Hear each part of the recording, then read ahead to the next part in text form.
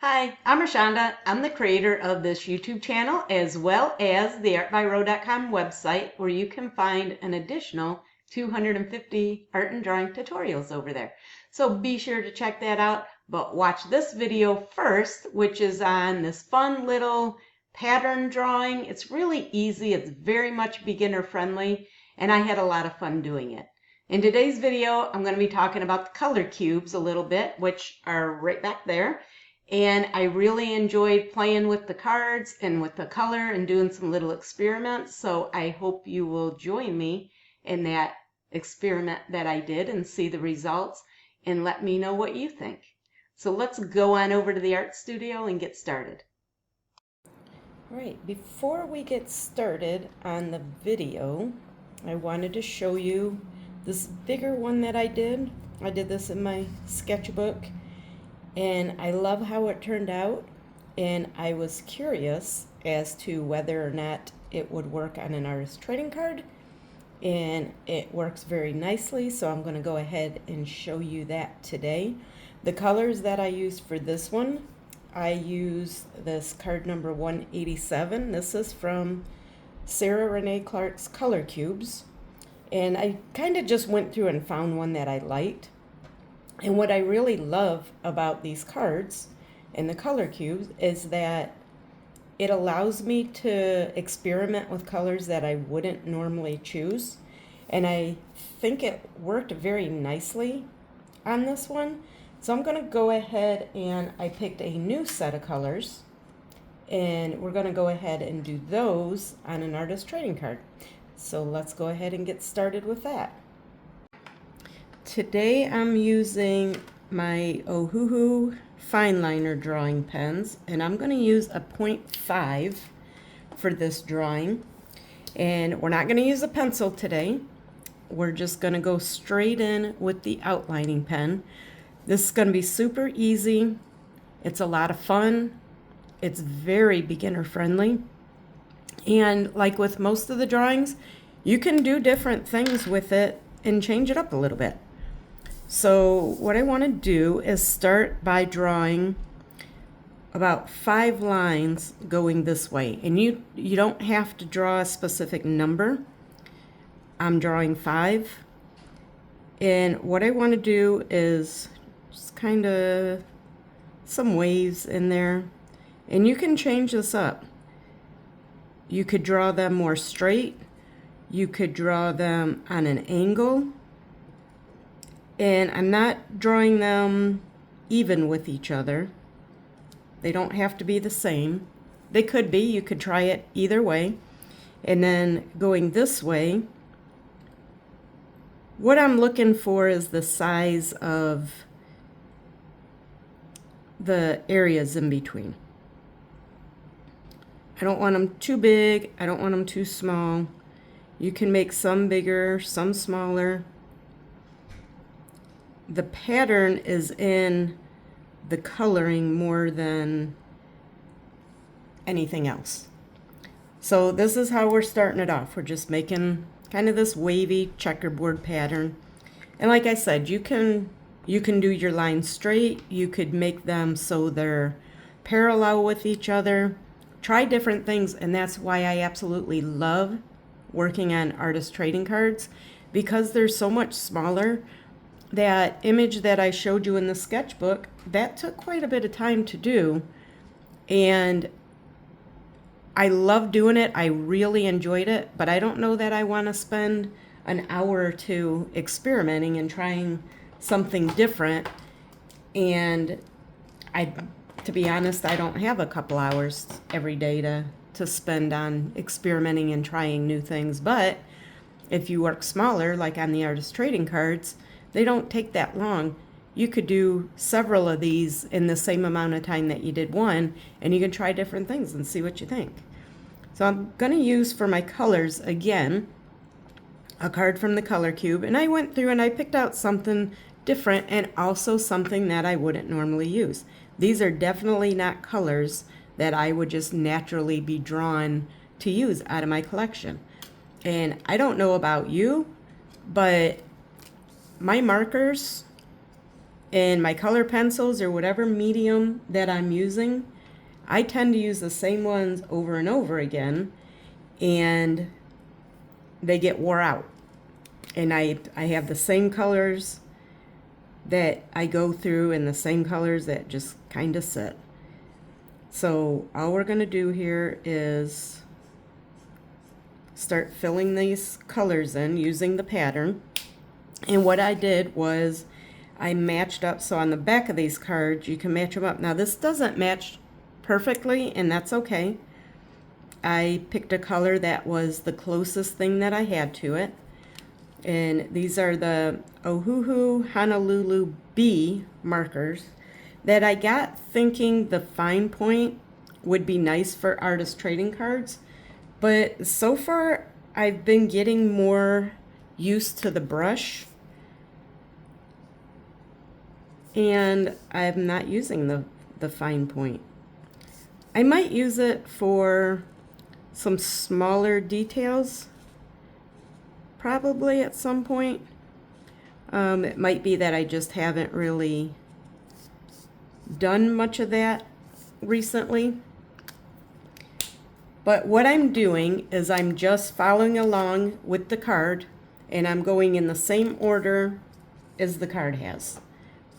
And that just takes all of the thinking out of it. The really nice thing about this drawing, or any drawing similar to this, is that there's really no decisions to make.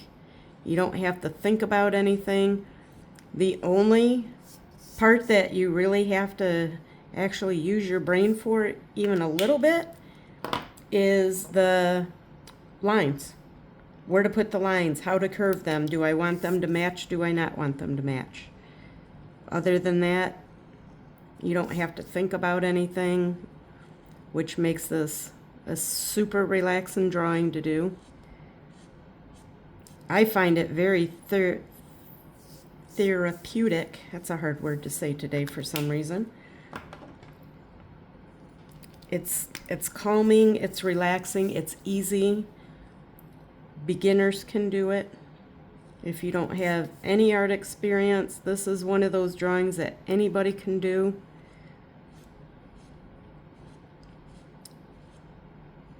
And we're just gonna fill these in. So when I did my other one in my sketchbook, I actually ran out of 2 of my markers.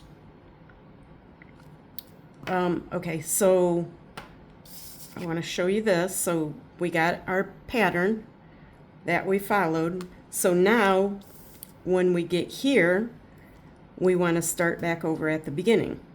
I almost messed up and did the wrong one because I was talking and not paying attention. So you do got to pay a little bit of attention, I guess, only just to make sure you're doing your patterns correctly. And then the next one would be blue. So I'm going to show you the next row, how to start it out, and then I'm going to go ahead and speed this up because there just really isn't much to this. So what we want to do here when we get to this point is down here, we're going to start with the blue because we'll end up with diagonal patterns with the colors. So this one, we're going to do blue. And then we'll just continue the pattern.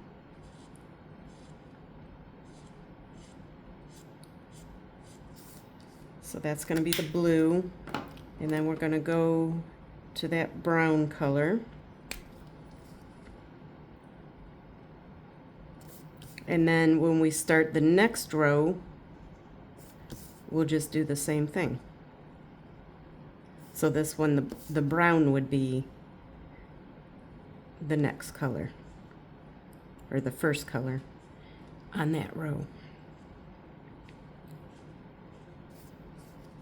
So then this one would be brown when we start that one. But for here, we're just going to continue this pattern. So the only thing that you have to pay attention to when you do this is just make sure you keep your color pattern consistent.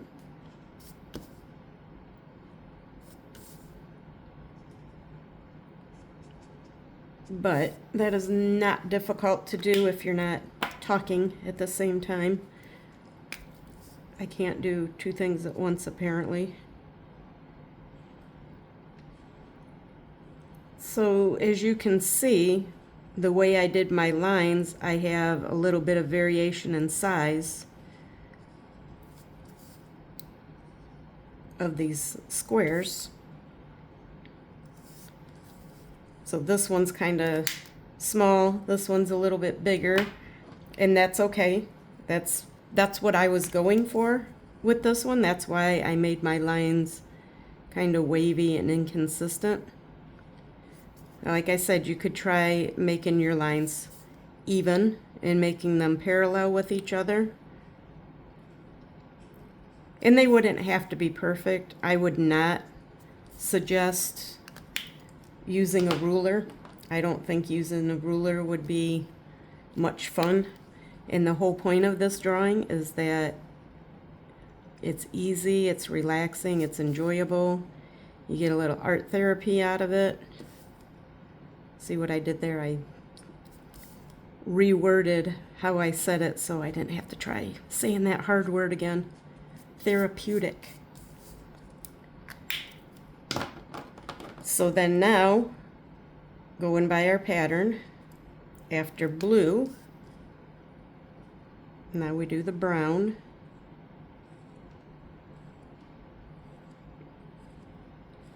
And these colors don't look super great right now as far as the selection of colors go, but I think when it's all done and we get the highlights and the shadows and all that, I think it'll come together quite nicely. And also it does make a little bit of difference that I don't have the exact right colors. I probably could have went through all of my other markers and tried to mix and match them, but that doesn't sound relaxing to me. So as you can see, we can flip it over and use this side. That one's quite a bit darker and that one's quite a bit darker. But those are the closest thing that I had to the colors. And I could have put a little bit more effort into trying to find something that matched a little more closely, but trying to search for the perfect markers is not relaxing to me. And this is one of those drawings that the goal is to just relax and enjoy and not have a lot of pressure on us from the drawing. And also I want to know how much it matters how closely I match the colors. So if I'm in the ballpark, is that okay, or do I need to try to match them a little more closely? All right, so I'm going to go ahead and speed this up. I'm just going to keep repeating this. I think the colors make sense how we're going to have a diagonal. You can also just look at, they'll go this way across, so you could just use your pattern in the other direction as well to help you keep track of them. But I'm going to go ahead and time lapse this, and I'll be back for the next steps when I have the color all filled in.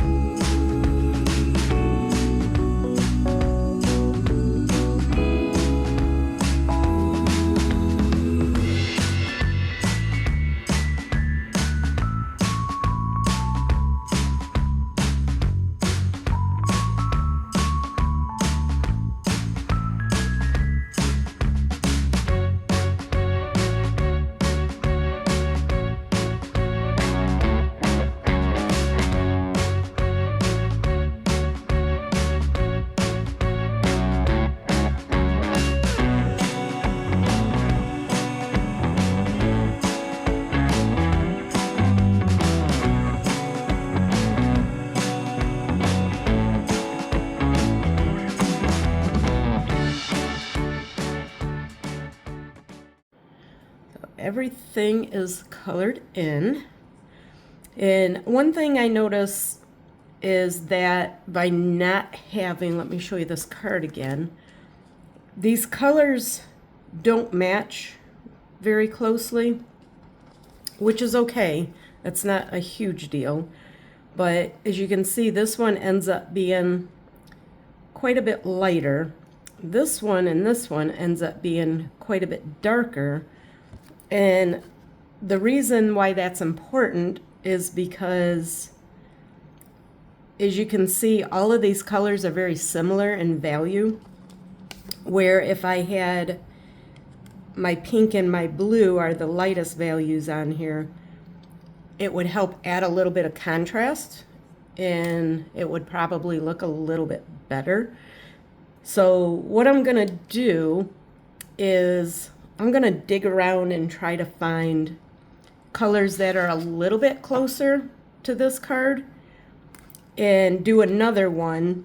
I'll just do it off camera, and at the end of the video I'll show the two and we'll see, does it matter? Because let me get started on this and I'll talk about that while I'm showing you a little bit of this. So the next step's going to be to round off these shapes. And if you've ever done neurographic art, or if you've ever looked into it at all, in neurographic art you round off all your sharp edges, and we're going to do something similar here.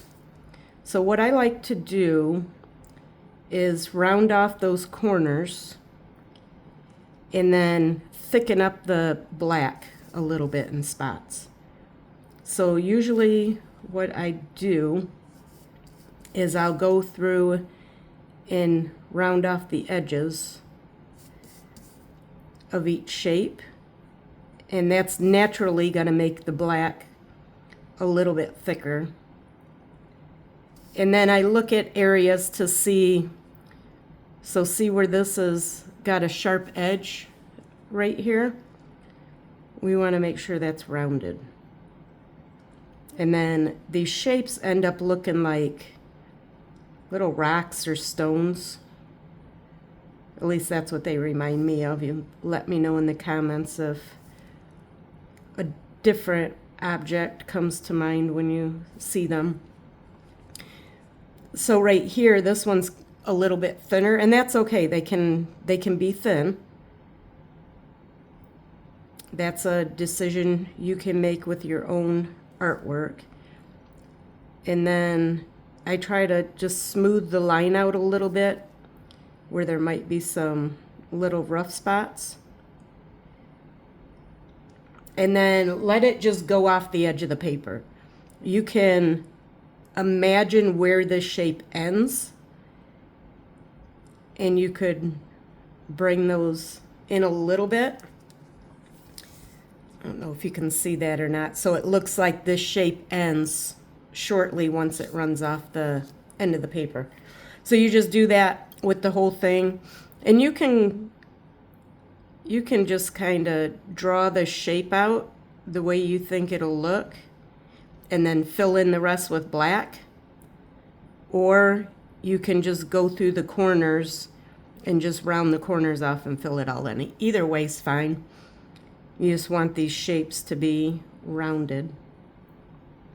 So while I'm doing this, I will go back to what I was talking about. So when I'm making my artwork, because I consider myself a hobby artist, which simply means I do this for fun. I do love teaching. I miss teaching. For those of you who might be new to me and my story, I used to be a classroom art teacher, and I taught kindergarten through 8th grade. And because of life, I needed something that paid a little bit better and was more stable. For those of you who don't know, schools will often eliminate their art programs, and or not even just art, but art, music. Gym, they kind of threaten sometimes, but I don't know that I recall schools ever eliminating gym, because even though it's considered what we call specials, there's that health benefit, and people usually fight pretty hard against that one. A lot of people do not value the arts, so music and art will get eliminated. But anyway, I left teaching for something that paid a little bit better, and I'm currently in that career path or industry now. So anyway, I create art just for the calming, the relaxation. So I consider myself a hobby artist. I'm not trying to make a living with my art. I don't sell my art. I'm not trying to be a professional artist in any way. It's not something that ever has really interested me. So I call myself a hobby artist, and then I teach because I enjoy it.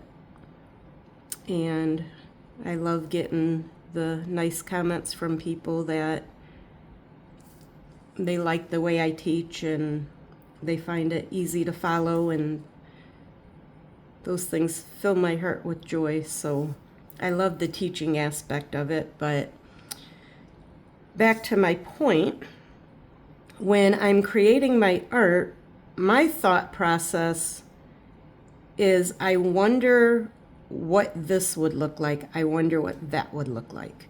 So coming back full circle, with the cards. So when I look at this card and I think, okay, I'm picking out my colors, and I can't find this blue that is as light as what's on that card. So my mind goes almost kind of automatically to, I wonder what it would look like if I used this blue, which is darker. I know it's not a super close match. It's a little bit darker. It's not exactly the same type of blue. But I wonder if that matters.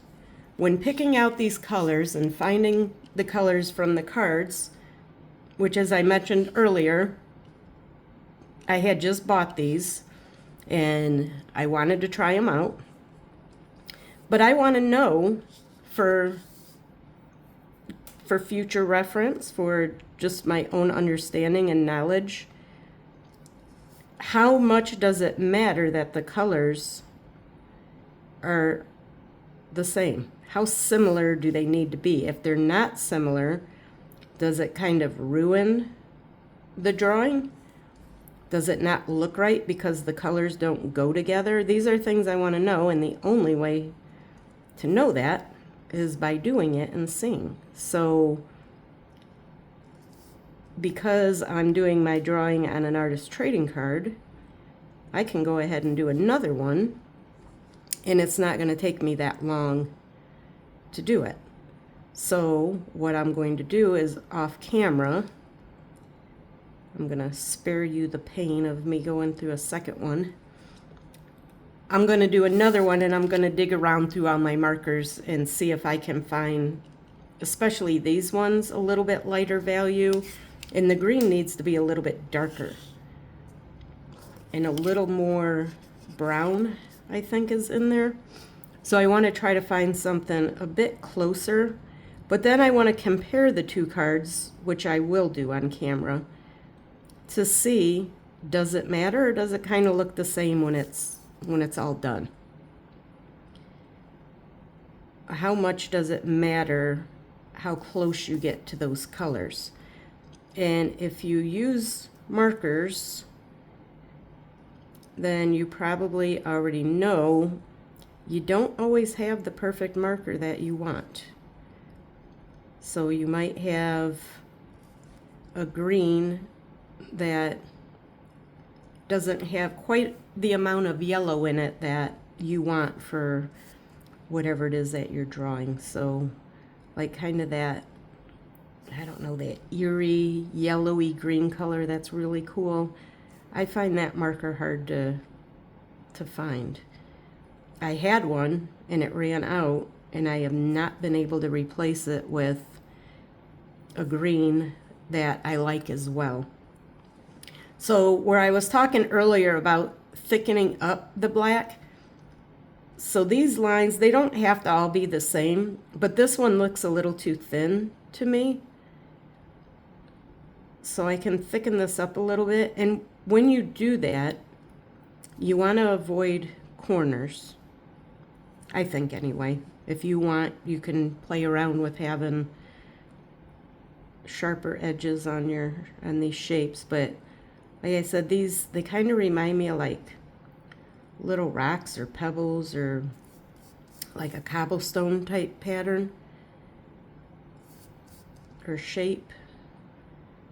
But you can thicken these up, the black in between, but just pay attention to the inside shape where it's colored and make sure everything kind of works together. But I think it looks a little bit better when you thicken them up. And there's a little bit of black between the colors. But I also know from life experience that I like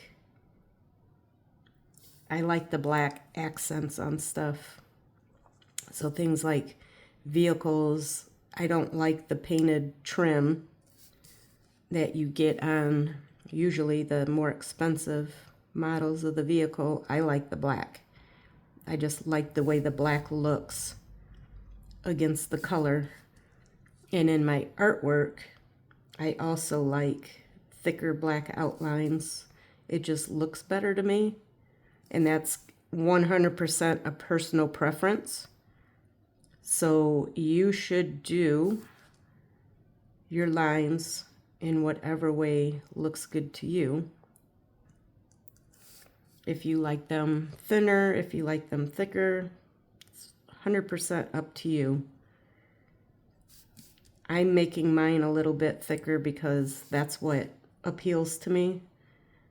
That's what I think looks good. Completely my personal preference. And you can go back in and make some changes as you go.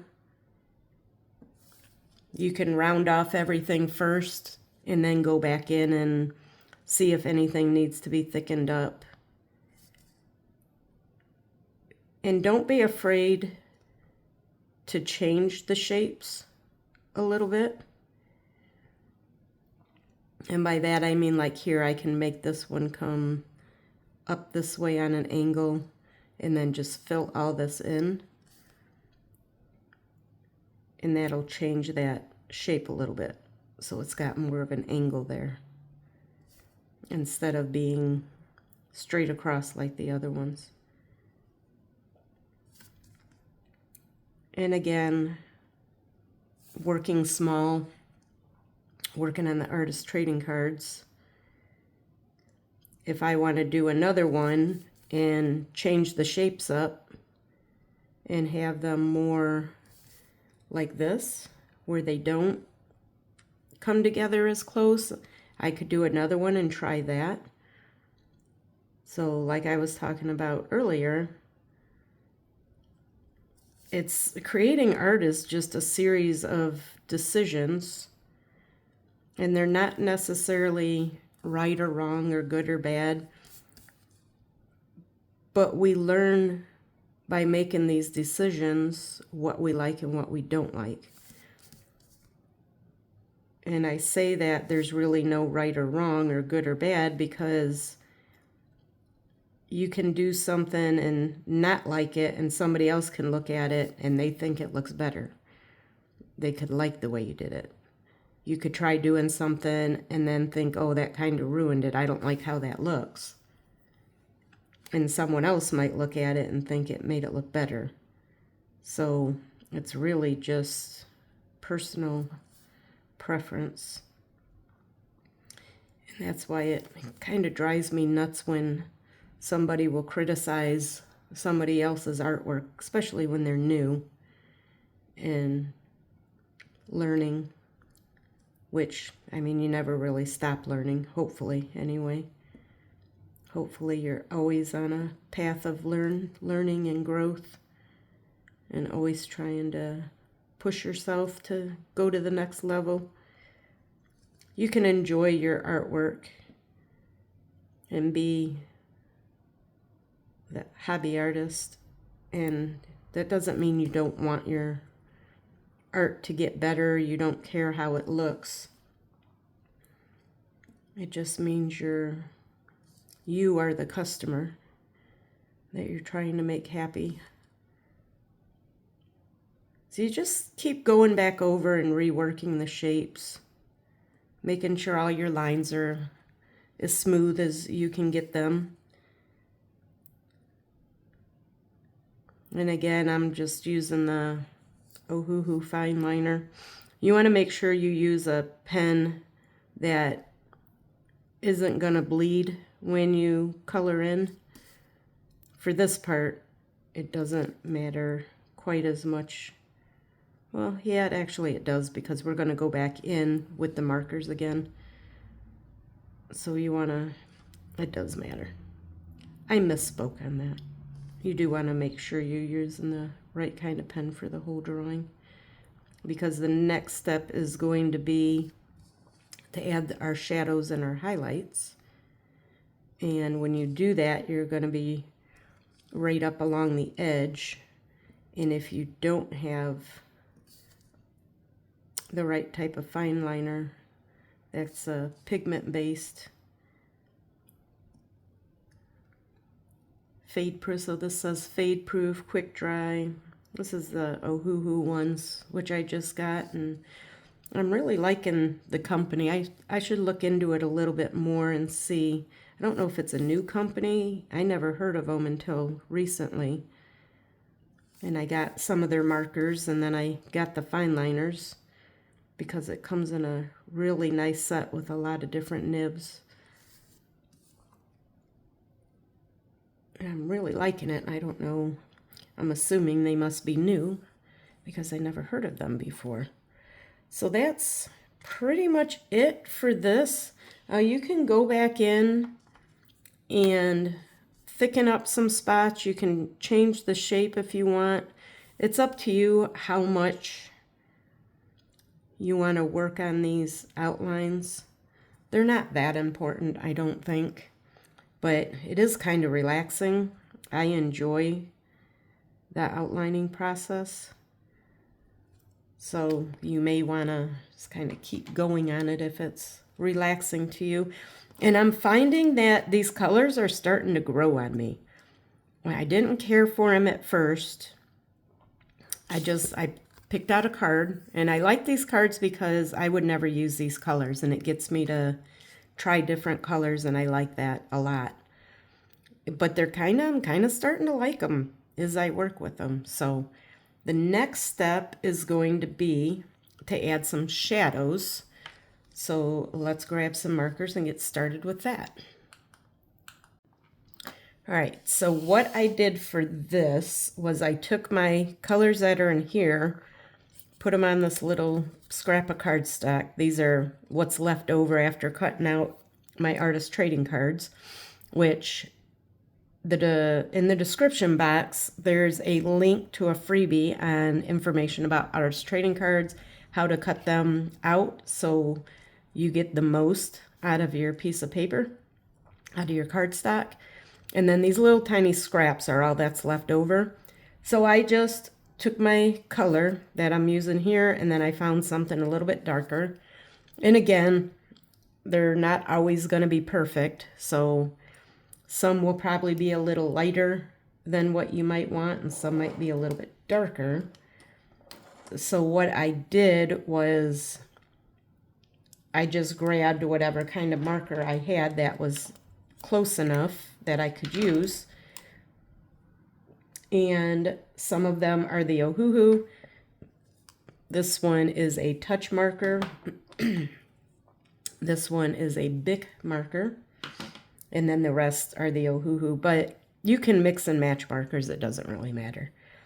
So what I'm going to do here, and also the description box has links to everything that I'm using if you're curious to look into them and see what they are, what the prices are of the Ohuhu stuff. And I'll link to the color cubes as well. So what I want to do is add a shadow, and I'm just going along this edge and then just kind of tapering it off a little bit. And you want to make sure you choose a consistent side to do this on. So when you're doing your shadows, you wouldn't have a shadow on the left and the right or the top and the bottom. So you can do the right and the bottom. You could do the top and the right. You could do whatever little combination you want, but you don't want to do the top and the bottom or the left and the right, because that would not be, it wouldn't look natural. And then for these ones, because they go off the edge of the paper, I'm just going to do the bottom because we don't see that right side edge. So I'm going to take my darker blue and go over top of all the blue. So then that one's done. And then the brown, I'm going to do the same thing. And they don't have to be exactly the same. So that one I kind of made it round. You can make it a little bit wider on some of them. And kind of follow the shape of whatever this is, these little stones or whatever we want to call them. I'm curious if these remind you guys of something different, because the whole drawing, it just reminds me of little stones or pebbles, little rocks, like kind of a cobblestone type of a thing. Okay, so I'm going to go ahead and do the rest of this off camera. Let me show you one more thing, the last step, and then I'm going to go ahead and do the rest of it off camera, and then I'll come back when this one's finished, and I'm going to do that other one if I can find colors that are closer to this. I have another set of Ohuhu markers I want to dig out, and they're kind of buried right now, and see if I can get some colors a little bit closer. So once you do the shadow areas, the last thing, and this is I can't even see what that name is. Brush something. I don't know. I'll have to look into this. I'll put a link to this one too. This is just a white gel pen. You can use a jelly roll. This one's a little bit bigger than the jelly roll, so it works better for this type of drawing. But what we're going to do, let me find a good one. We'll do this one. It'll show up good on here. So what we want to do is put some white highlights in. And sometimes you have to scribble this out a little bit. There it goes. So I like to do a little curved highlight and then just put a couple dots, one at the bottom, one up there. Now the thing about these white jelly pens is that if you keep going over top of it, it sort of removes the other stuff. So you want to be careful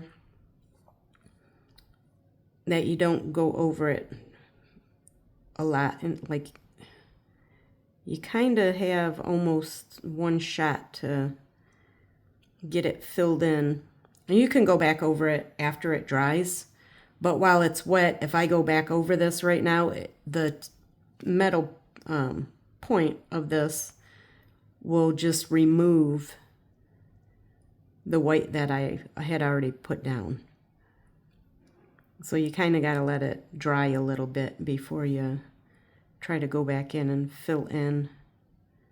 Once it gets flowing though, I think it works pretty good. So I'm going to do the same thing for all of them. And you can play around a little bit with the shape, the size, the positioning of it. You want it to be fairly consistent because everything is a pattern and the lights and the reflections will be similar. And you want this the opposite of your shadow. So our shadow was on the right in the bottom. So we want our highlight to be on the left in the top.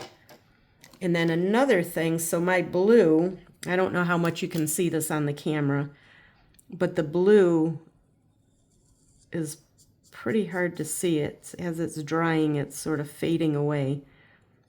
But I can go back over this with another layer and darken it up a little bit. As you layer the markers, they'll continue to get darker and darker.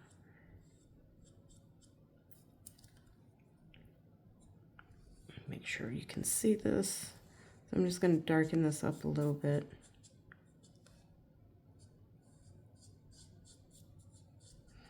But you do have to keep in mind with markers, depending on your budget and what you have available, you might not always have the perfect marker.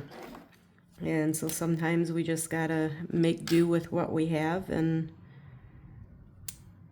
that comes back to the hobby artist.